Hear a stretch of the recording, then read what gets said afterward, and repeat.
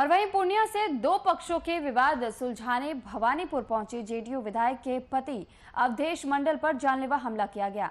हमले का वीडियो तेजी से वायरल हो रहा है, जिसमें वे लहूलुहान नजर आ रहे हैं। इस मामले में एक पक्ष के लोगों ने अवधेश मंडल पर मारपीट करने और गोली मारने का आरोप लगाया है। जानकारी के अनुसार जमीन विवाद को लेकर दो भाइयों के बीच के विवाद में उन्हें पंचायती करने के लिए बुलाया गया था और इसी दौरान हुए मारपीट में एक स्थानीय युवक ने धारदार हथियार से उन पर वार कर दिया। हालांकि मामले में थानेदार ने आवेदन मिलने पर कार्रवाई में जुट गई।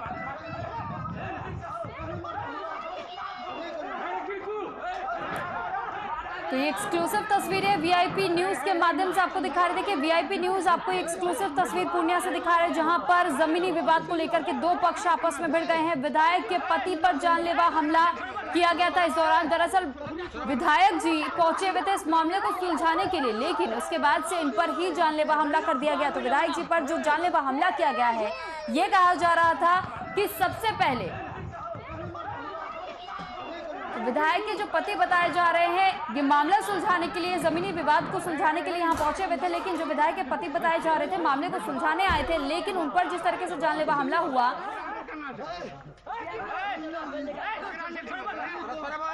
और इस पर अधिक जानकारी के साथ ब्यूरो चीफ रौनक कुमार हमारे साथ जुड़ चुके हैं।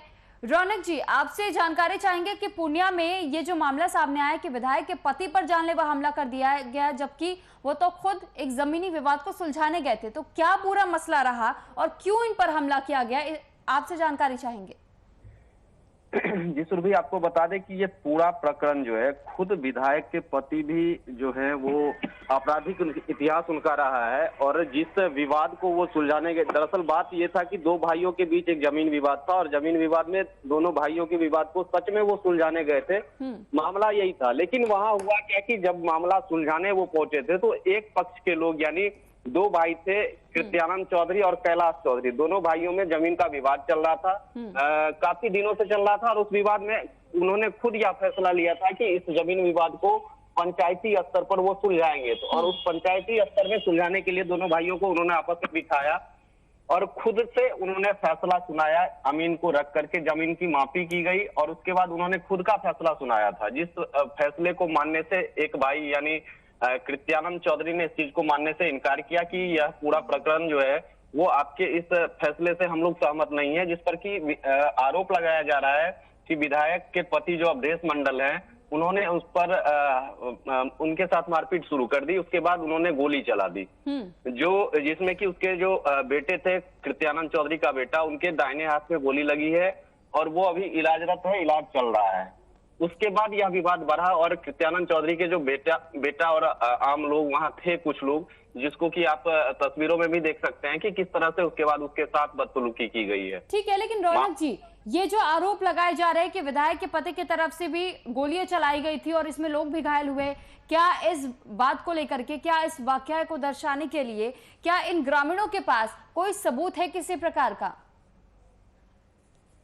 जो घायल व्यक्ति है और जिसकी इलाज चल रही है अभी अस्पताल में, वो पूर्णिया सदर अस्पताल में भर्ती है, आप उस विजुअल में साफ स्पष्ट तौर पे देखेंगे कि उसके हाथ में गोली लगी है। और वहां के कुछ लोगों का, यानी पीड़ित जो है कृत्यानंद चौधरी, उन्होंने तो साफ तौर पर कहा है कि उनके द्वारा गोली चलाएगी, उसके बाद विवाद बढ़ा है।